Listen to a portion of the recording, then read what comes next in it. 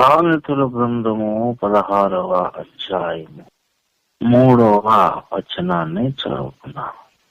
నీ పనుల భారము యెహోవా మీద నుంచుము, అప్పుడు నీ ఉద్దేశములు సఫలమగును. దేవుడి వాక్య భాగాన్ని మన వినికిని ఆశీర్వదించునుగాక. ప్రార్థన చేద్దాం. స్తోత్రములు నాయన, ప్రేమ కలిగిన మా యేసయ్య, చదవబడిన వాక్య భాగాన్ని నిరాశుని పిలుచాటు మరొక మనందరితో మాట్లాడు. సయ్యనామలు గురించి దేవునికి మహిమ కలుగునుగాక. దేవుని బిడ్డలారా, చదవబడినటువంటి వాక్య భాగం సామెతల గ్రంథము 16వ అధ్యాయము 3వ వచనం. నీ పనుల భారము యెహోవా మీద నుంచు, అప్పుడు నీ ఉద్దేశములు సఫలమగును. చాలా గొప్ప ఆదరణ, తర్వాత నెమ్మది కలిగించేటువంటి మాటలను ఇక్కడ పరిశుద్ధాత్మ దేవుడు రాయించారు. విశ్వాసులమైనటువంటి మనము ఎలాంటి వైఖరి కలిగి ఉండాలో ఇక్కడ మనకు దేవుడు నేర్పిస్తూ ఉన్నాడు. మనము దేవుణ్ణి నమ్ముకున్నటువంటి వాళ్ళం, దేవుని యొక్క ప్రజలం. మనం సమాజంలో మరి దేవుడు ఉన్నాడు అని ఒప్పుకున్నటువంటి వర్గం ఉన్నది. ఉన్నాడని ఒప్పుకున్నా సరే, ఒప్పుకొనని వారు ఒకరున్నారు, ఒప్పుకున్నవారు ఒకరున్నారు. ఒప్పుకోని వాడు ఎలాగో దేవుణ్ణి ఎలాగో ఒప్పుకోలేదు కనుక వాడి భారాలు, వాడి బాధ్యతలు, వాడి ప్రయాస, ఇవన్నీ వాడి నెత్తి మీద వాడు వేసుకుంటాడు. వాడికి అది నేనే చేసుకోవాలి నా పనులు తప్ప నాకు వేరొకడు సహాయం చేయడు, వేరొక దిక్కు నుండి నాకు సహాయం వస్తుందనే ఫెయిత్, విశ్వాసం నాస్తికుని ఉండదు. అదే ఆస్తికులైన వాళ్ళకు కూడా చాలా మంది మరి ఆస్తికులు కూడా ఉన్నారు, నాస్తికులే కాకుండా ఆస్తికులు ఉన్నారు. ఈ ఆస్తికులు అందరూ కూడా నిజమైనటువంటి సృష్టికర్తను నమ్మిన వాళ్ళు కాదు. ఇక మన యొక్క విశ్వాసం ఏంటి అంటే, లోకంలో ఎంతమంది దేవతలు, దేవుళ్ళు ఉన్నా సరే యేసు తప్ప వేరొక దేవుడు లేడు. అంత మాత్రమే కాదు, ఆయన సర్వశక్తి కలిగిన వాడు అనేది మన యొక్క విశ్వాసం. కాబట్టి ప్రియ దేవుని బిడ్డలారా, ఇంత గొప్ప దేవుణ్ణి మనం కలిగి ఉన్నాం గనక మనకు ఒక లక్షణం ఉండాలి. ఏంటి అంటే, మన పనుల భారమును యెహోవా మీద ఉంచాలి. అంటే లోకంలో మనకి ఏమేమి ఎన్ని పనులు ఉన్నా సరే, ఎన్ని కార్యకలాపాలు ఉన్నా సరే, వాటి భారమును ఎప్పుడు కూడా మనం భరించకూడదు. ఇదే ఈ ఒక్క పాయింట్ మీరు వినండి, నేను ముగించేస్తాను. నీ లైఫ్ లో ఎలాంటి పరిస్థితి ఉన్నా సరే ఆ బరువు నీ నెత్తి మీద నువ్వు పెట్టుకోడు. ఆ బరువును మోయగలిగినటువంటి వాడు, మోయగలిగిన వాడే కాదు, మోద్దామని ఇష్టపడిన వాడు. అది సంగతి. ఇప్పుడు మన భారం ఎవరైనా మోస్తారా? మన భారం ఎవడు మోయడు. మనకి నీకు భోజనం పెట్టి, నీకు ఇల్లు కట్టిస్తాను, అన్ని రకాల సదుపాయాలు అన్ని చేస్తాను, నీ కష్ట సుఖాలన్నీ నేనే తీరుస్తాను. ఎవడొస్తాను? ఎవడు బ్రతుకు భారం వాడే భరించాలి. కానీ దేవుడు అంటున్నాడు ఏంటంటే, అసలు నీ భారము నాది, మిమ్మల్ని నేను వస్తున్నాను, మీ కష్టాలు, మీ పనులు అన్నిటినీ కూడా నా మీద ఉంచండి, అవన్నీ కూడా నేను భరిస్తాను. మరి నేనేం చేయాలి? పనుల భారమును, సకల పరిస్థితుల భారము, మన జీవిత భారం అన్ని కూడా మనం దేవుని మీద పెట్టాలని ఆయనే అంటున్నాడు. పెడితే మరి మేమేం చేయాలి అనేది మన యొక్క ప్రశ్న.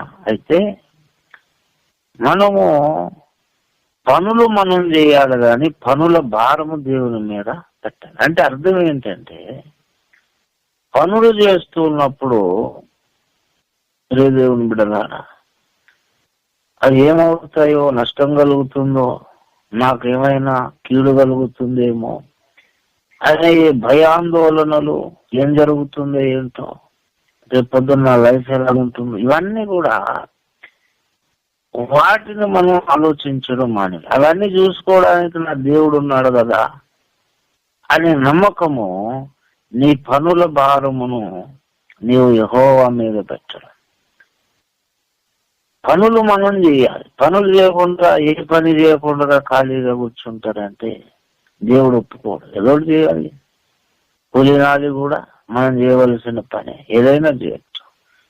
కానీ మన జీవిత భారము, మన పనుల భారం అన్నిటినీ కూడా, నాకు ఏ కీడు రాకుండా, ఈ పని చేస్తున్నాను ఇందులో నాకు ఏ కీడు రాకుండా, ఈ వ్యాపారం చేస్తున్నాను ఇందులో ఏ నష్టం రాకుండా, ఈ ప్రయాణం చేస్తున్నాను ఇక్కడ నాకు ఎలాంటి ప్రమాదం జరగకుండా నా దేవుడు నన్ను కాపాడుతాడు. ఆ కాపాడే బాధ్యత అంతా నాదిగా. నా భవిష్యత్తు, రేపుడను కూర్చున్నటువంటి నా క్షేమమును గురించి అన్ని కూడా మోయగలిగిన వాడు, వాటన్నిటిని పట్టించుకునేవాడు నా దేవుడు. ప్రభా, నువ్వు చూసుకో, నాకు ఇప్పుడు ప్రస్తుతం నా ముందు ఈ పని వచ్చింది, ఈ పని చేస్తాను, కానీ నాకు అసలు చేసలైన మేలు, క్షేమము అన్ని నువ్వు చేయగలవు, చేస్తావు, నువ్వే చేస్తావు, నేను నమ్ముతున్నాను. అది దేవుడి మీద ఎప్పుడైతే పనుల భారము, తర్వాత మన జీవిత భారాన్ని పెడతాము, ఒక అద్భుతం జరుగుతుంది. ఏంటంటే, మనలో స్వార్థం అనేది ఉండదు, అసూయ అనేది మన లోపల ఉండదు. ఎందుకంటే నా మేలు నేను చూసుకోవట్లేదు, నా దేవుడు చూస్తాడు. నా మేలు నేనే చూసుకోవాలనుకున్నప్పుడు నేను సమాజంలో స్వార్థపరుడుగా నేను మారిపోతాను. కానీ నా మేలు, నా క్షేమం, నా లాభం అవన్నీ కూడా నా దేవుడు చూస్తాడు. అది ఆయన మీద ఎప్పుడైతే దేవుని బిడ్డలారా, మన పనుల భారం, మన క్షేమము, మన యొక్క జీవితం అంతా కూడా ఆయన మీద ఆధారపడేటట్టు మనం ఎప్పుడు చేస్తామో తప్పకుండా మనము చాలా పరిశుద్ధాత్మ దీనులంగా మనం మారిపోతాం. పరిశుద్ధాత్మ దీనత్వం వస్తుంది. అన్ని పనుల భారం మనం నెత్తి మీద పెట్టుకుంటే మనం అలిసిపోతాం ఒకటి, తర్వాత సనుగుతాం ఒకటి, తర్వాత గునుగుతాం ఒకటి, తర్వాత మరి స్వార్థము, అసూయ ఇలాంటి ద్వేషాలు మన లోపలికి వచ్చేస్తాయి. క్రైస్తవ విశ్వాసి తామరాకులాగా ఉండాలి. తామరాకు మీద ఎన్ని నీళ్లు పోసినా సరే అంటవు అన్నట్టు విశ్వాసులు ఆ రీతిగా ఉండాలి. దేవుడు లేడా నీ జీవితంలో?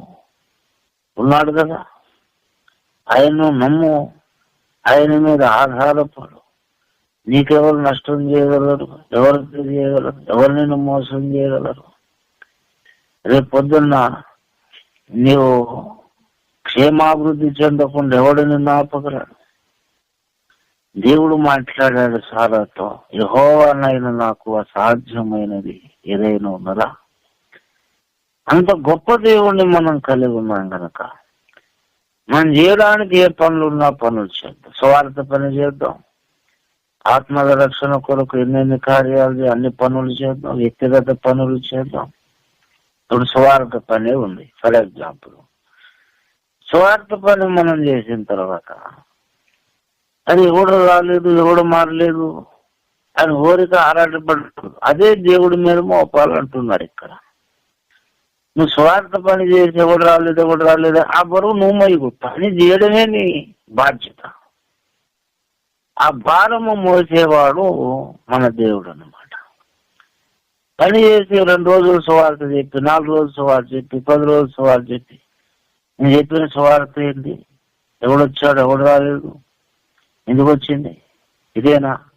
అని అనుకుని అదే నువ్వు భారం మోస్తే, ఆ భారం నువ్వు మోస్తే నువ్వు మరోసారి రోజు ఇక నువ్వు స్వార్థకు పనికిరావు, దేవుని స్వార్థ సేవకు పనికిరారు. కాబట్టి ఎప్పుడు కూడా పనుల భారాన్ని పనులే మనం చేయాలి, పనులు మనం చేయాలి.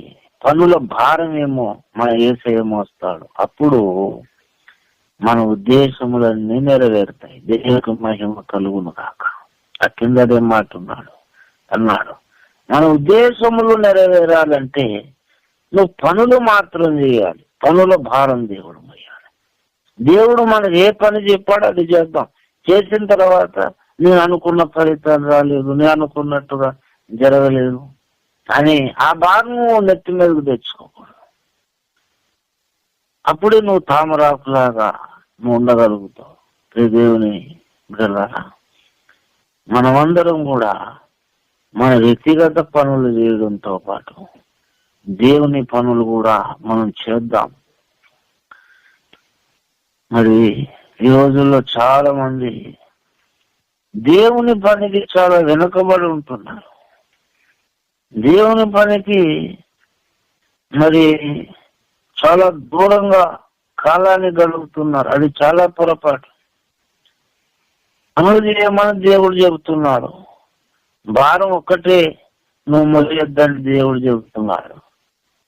కానీ పనులు మానేస్తున్నారు. పనులను కూడా దేవుని మీద వేస్తున్నారు. ఏంటి పనులు కూడా దేవా నువ్వే చూసుకుంటున్నారా? అది చాలా పొరపాటు. పనులు నీవి, భారము దేవునిది. దేవుని పని నీది. దేవుని పని మనం చేయాలి. దేవుని పని చేసిన వాడేమో ఆ భారాన్నేమో దేవుని మీద పెట్టాలి.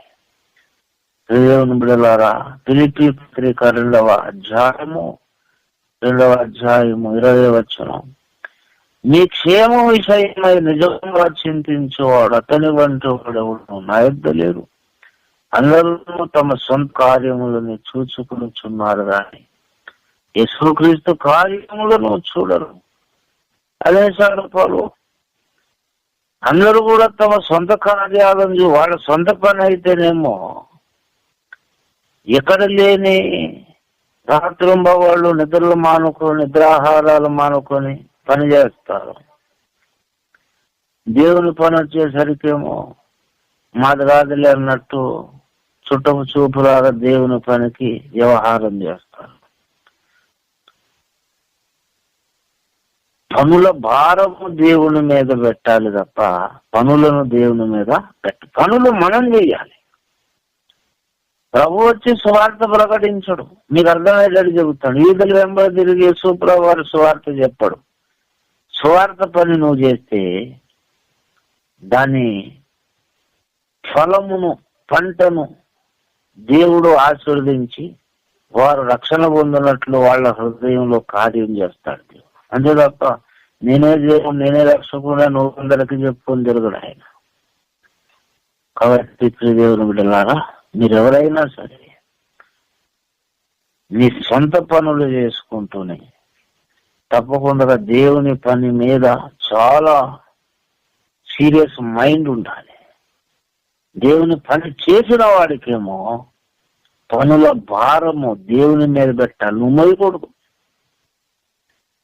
పనుల భారం పని చేసిన వాడు భారాన్ని మోయకో, భారం దేవుని మీద పెట్టాలి. పని చేయని వాడు పని మొదలు పెట్టాలి. నువ్వు ప్రార్థన చేయాలి, స్వార్థ ప్రకటించాలి. దేవుని బిడ్డలారా, మన ఈ కార్యం చేయకుండా దినాలు, నెలలు, సంవత్సరాలు గడవనివ్వద్దు. చాలా మంది పనులు చేసిన వాళ్ళు కూడా దేవుని కొరకు మానుకున్నారు. ఎందుకో తెలుసా? ఇన్ని పనులు చేసాం, ఇంత స్వార్థ ప్రకటించాం, ఏంటి లాభం అంటే భారం వీడి మీద పెట్టుకున్నాడు. అందుకనే 4 రోజులు ముచ్చట, అది 3 ముచ్చట అంటారు కదా. అలాగో 4 రోజులు బాగా కష్టపడతారు. తర్వాత ఏముంది అనుకున్నట్లు కదా, పని చేసి అనుకున్నట్టు లేదు కదా అనే ప్రతి వాడు ఎక్కడున్నాడు అంటే పనుల భారం దేవుని మీద మోపేటట్లేడు. వాడి మీద మోపుకున్నాడు గనక వాడు 4 రోజులే కష్టపడతాడు, తర్వాత మొత్తం దాన్ని వదులుకుంటాడు. మనం దేవుని పని చేద్దాం, భారతంగా దేవుని మీద వెళ్దాం. నువ్వు ప్రార్థన చేయి, సమాధానం దాని ఫలితము దేవునికి నువ్వు అప్పగించుకో. ప్రభువా ఎప్పుడు సమాధానం ఇస్తావు, ఎప్పుడు నా ప్రార్థనకు నువ్వు దిగొస్తావు, అది నీ బాధ్యత. ప్రార్థన చేయడం నా బాధ్యత, పని నా బాధ్యత, ఫలితం ఇవ్వడం నీ బాధ్యత. అలా ఉండాలి మైండ్ సెట్. అలాగ కాదండి, మరి అలాగే ఎప్పుడు దేవుడు లేట్ చేస్తుంది నేను అనుకోనట్లేదు కదా అనకూడదు. దేవుడు సర్వజ్ఞుడు, అన్ని ఎరిగినటువంటి వాడు. ఏ టైం లేట్ చేయాలో ఆయనకే తెలుసు, మనకేం తెలుసు. వాహనం నడపడం వచ్చిన వాడికి ఎన్నో ఏ స్పీడ్ లో ఏ గేర్ వేయాలి, ఎప్పుడు బ్రేక్ కొట్టాలని బండి నడిపేవాడు వాడికి తెలుసు. అసలు బండి నడుపున వాడికి ఈ స్పీడ్ లో ఎన్నో గేర్లు వెళ్ళాలి వాడికేం తెలుసు. అలాగే దేవుడు విశ్వాన్ని నడిపిస్తున్నాడు. ఎప్పుడు ఏ కార్యం నీ జీవితంలో చేయాలో, నీ పనులకు ఫలితాలు ఎప్పుడు ఇవ్వాలో ఆయనకు తెలుసు. కనుక మనం నమ్మకంగా పని చేద్దాం, నమ్మకంగా పని చేద్దాం. దేవుడు అన్యాయస్తుడు కాదు. పని చేయకుండా ఉన్నవాడు దేవుడు అన్యాయస్తుడు అని వాడు నమ్ముతున్నాడని అర్థం. ఎలాగంటే మీరందరూ కూడా హైదరాబాద్ రండి, ఈ కాన్ఫరెన్స్ ప్రేయర్లో ఉన్న వాళ్ళందరూ కూడా హైదరాబాద్ రండి. వచ్చిన వాళ్లకు మనిషికి 10 లక్షల రూపాయలు ఇవ్వబడును, మేము ఇస్తాం, ఎవరు వస్తారు త్వరగా రండి అని అంటే 10 లక్షలు ఇస్తామంటే లేదండి మాకు కాళ్ళు నొప్పులు కడుపు నొప్పు మేము రాగలం, చాలా కష్టం, ఇప్పుడు రాలేమంటే నాకు ఎవరైనా ఈ ఫోన్ లో వాక్యం వింటున్న వాళ్ళు ఒక్కరైనా సరే నాకు సమాధానం చెబుతారా అని అడుగుతాను. చెబుతారా? 10 లక్షలు అంటే పాస్టర్ గారు అబద్ధం అన్నాడు అంటే పాస్టర్ గారు ఎందుకు అబద్ధం ఆడతారు?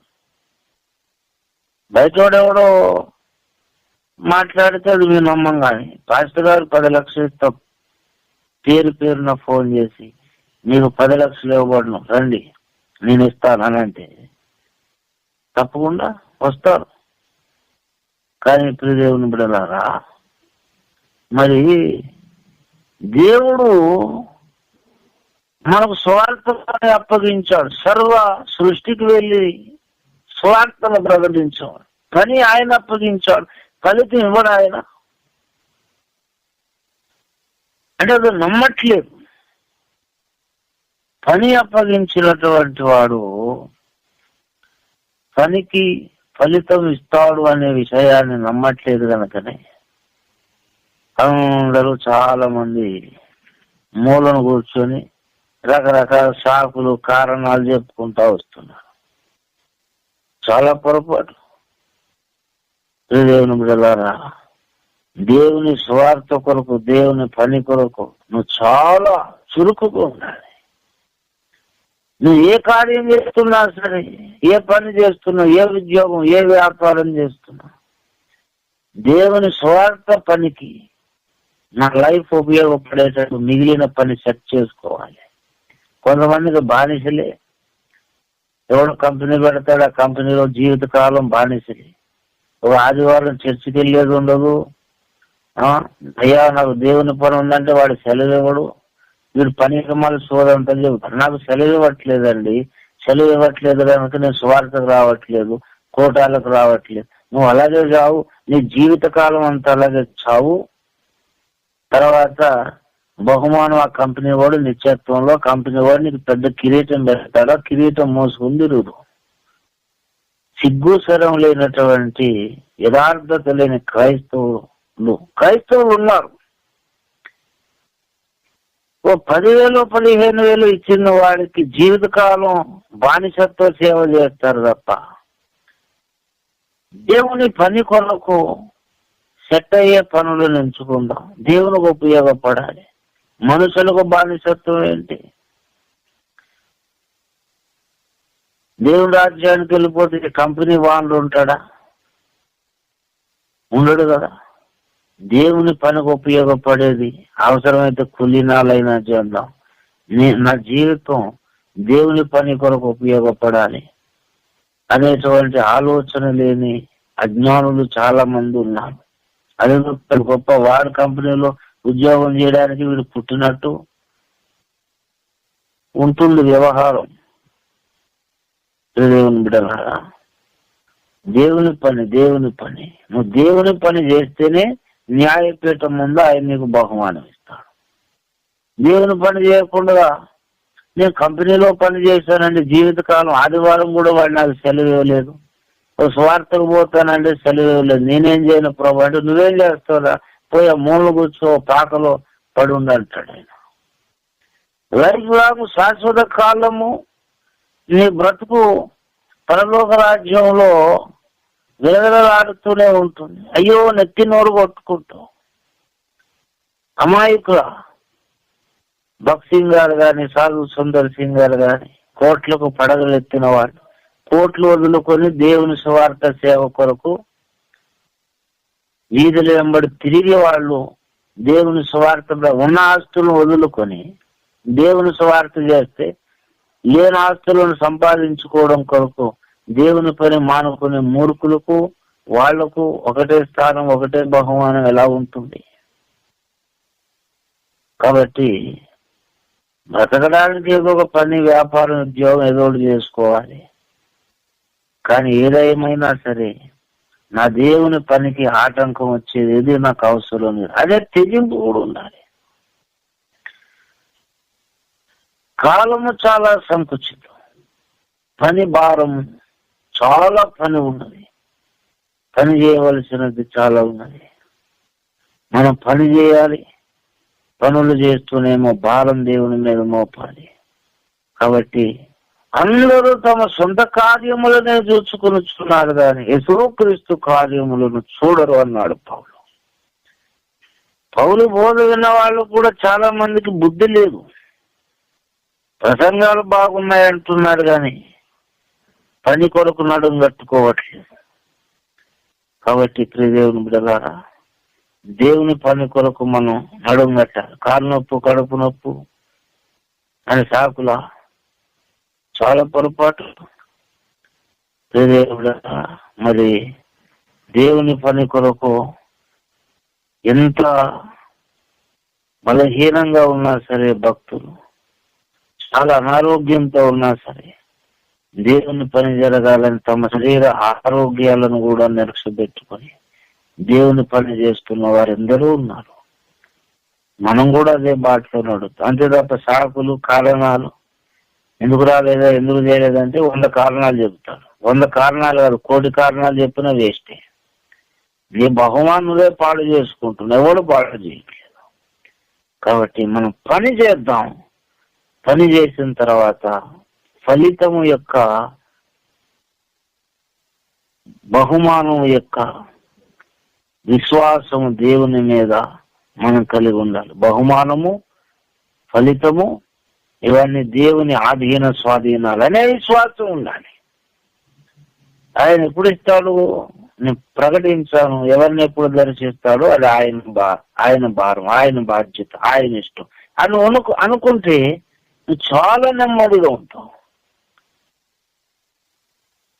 కొన్ని 100,000 మందికి మేము స్వార్థత ప్రకటిస్తున్నాం. మరైతే వ్యక్తిగతంగా నేను ప్రకటిస్తున్నాను. నెలకొకసారి విజయనగరం జిల్లాలో గ్రామాల వెంబడి తిరిగి మేము స్వార్థ ప్రకటిస్తున్నాం. ఒక రోజులో కొన్ని 100 మందికి స్వార్థ ప్రకటిస్తున్నాం. 100 మంది డోర్ డెలివరీ అంటారు కదా, అలా ఉంది మా స్వార్థ. దేవుని మా ఆకృపను బట్టి ఏదో బుక్ చేస్తే డోర్ డెలివరీ, డోర్ దగ్గరకు వచ్చినట్టు. ఒక అమ్మ వంట చేస్తూ ఉంటుంది, అక్కడ పోయి స్వార్థ చెబుతాం. ఒక అమ్మ బట్టలు ఉదుగుతూ ఉంటుంది, అక్కడ పోయి మా వాయిస్ వినబడుతుంటుంది. ఒక ఆయన ఎవరో ఒకరు ఇంటి దగ్గర ఏదో పని చేసుకుంటా ఉంటాడు, అక్కడ పోయి మా స్వార్థ. అలాగూ కొన్ని 100 మందికి ప్రతి నెల దేవుని స్వార్థ ప్రకటిస్తున్నాం. ప్రియదేవుని బిడ్డలారా, అలాగే 100 మంది వింటున్నారు. దేవుడు ఎవరిని ఎప్పుడు దర్శిస్తాడో ఆయన ఇష్టం చెప్పమన్నాడు కానీ అందరినీ మీరు దర్శించండి, అందరి హృదయాల్లో కార్యం చేయండి అంటాడు ఆయన. కార్యం చేసేది ఆయన, చెప్పేది మన బాధ్యత. కాబట్టి దేవుని బిడ్డలారా, పని చేయని వ్యక్తి అయితే పని చేయాలి, పని చేసే వ్యక్తి అయితే భారాన్ని దేవుని మీద పెట్టాలి. తప్పకుండా అప్పుడు మన ఉద్దేశాలు నెరవేరుతాయి, మనం గురి చేరుకుంటాం. దేవుడి వాక్యాన్ని మనం వెనుకని ఆస్వాదించలాక ప్రార్థన చేద్దాం. స్తోత్రం ప్రభా, ప్రేమ కలిగించండి. మా మనోనేత్రాలను వెలిగించి, మా అంధత్వాన్ని తొలగించి, మా జ్ఞానమును పారత్రోలు వేసి, మా వివేకమును పారత్రోలు వేసి, మాలో కూడా జ్ఞాన హృదయము పుట్టించి, మా అందరి ప్రభా పనుల భారము నీ మీద మోపునట్లు మేము పని చేయడానికి సహాయం చేయమని, ఇప్పుడు వచ్చిన బిడ్డలందరినీ దీవించమని యేసు నామములో ప్రార్థిస్తున్నాం తండ్రి. అవును, యేసు రక్తమునకే జయం, ప్రవేశు రక్తమే జయం, ప్రవేశునా సంపూర్ణ జయం కలుగును. ఆమె అందరికీ వందనాలు.